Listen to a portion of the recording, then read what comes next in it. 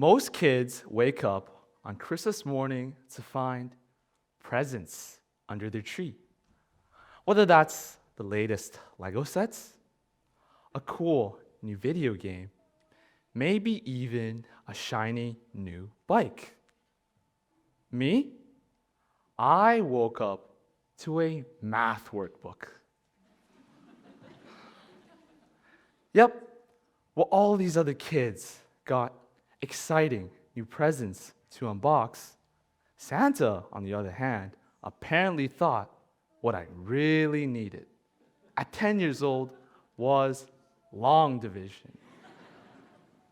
And I still remember the title, Holiday Homework, Grade 4 Long Division Challenge, because nothing says joy to the world like 4-digit division. At the time, I was confused, maybe even annoyed. I mean, was Santa secretly running a tutoring side hustle? But looking back, I get it. Maybe Santa wasn't trying to ruin Christmas. Maybe he's trying to build something in me, whether that's discipline, focus, or work ethic that didn't take the holidays off. And I thought this must be how most families worked. But it's not until later when I realized that there was actually a name for it. Tiger parenting. Tiger parenting. I'm sure most of you are familiar with that name. And if you need a refresher, tiger parenting can mean strict routines, high expectations, and a result first, driven mindsets. And in a tiger household, excellence, a lot of times, isn't just encouraged, it's expected. And if you're not pushing hard enough, sometimes it can mean you're falling behind. But beneath all that intensity, there is something surprisingly soft. And that is the deep belief that you have so much potential that it would be wrong not to push you towards it. And the unspoken message goes, we're not pushing you because we don't trust you. We're pushing you because we see, we envision, and we know just how capable you are, even if at times you may not see them yet. But then, I take a look. That's when I noticed something else. I look around at my friends, at other families, and that is when I realized some of them didn't get worksheets on that Christmas. Instead, they got to spend the entirety of the weekend gaming, painting, and experimenting, just being kids. And it's no doubt that their parents still cared a lot, being parents. But what was different here was the energy, that it was less of the roar, more of a gentle nudge. And that is what people like to call elephant parenting. Elephant parenting, a lot of times, is less about the pressure and more about presence, of being in the moments. Instead of saying, here is a list of things that you need to achieve, it instead asks, what lights you up today? Let's go explore that. And at first, it looked amazing.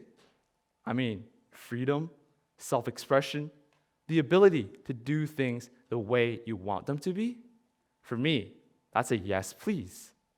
But over time, I'd come to notice that structure might not always be the enemy, but freedom might not always be the answer that we're looking for. My friends had plenty of room to explore different topics, but they may lack focus. They've got tons of creativity, but no way to channel them. They had big dreams, but had no habits to back them up. So maybe it's not about choosing one style over the other.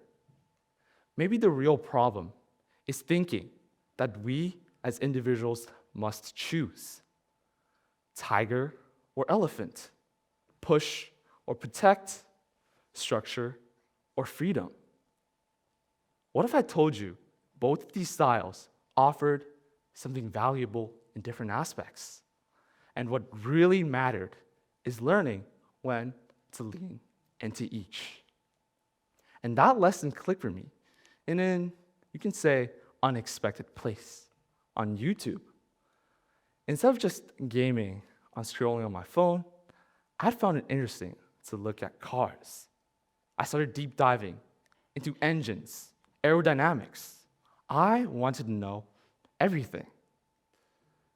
Deep reviews, in-depth spec sheets. I was obsessed. It's an amazing thing when discipline can meet with curiosity. And while the structure can give you the tools, freedom gives you a chance, a place, or an opportunity for you to use them. And the more I thought about it, the more I saw this everywhere. It's that balance between push and the space, the structure and freedom.